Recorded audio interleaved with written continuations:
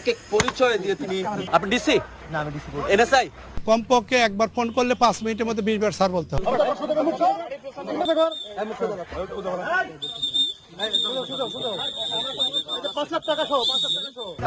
নাজমুল বাড়ি কোথায়? বাড়ি এখানে গ্রামের নাম বলো প্লিজ আমি গ্রামের নাম বলো গ্রামের নাম বলেন।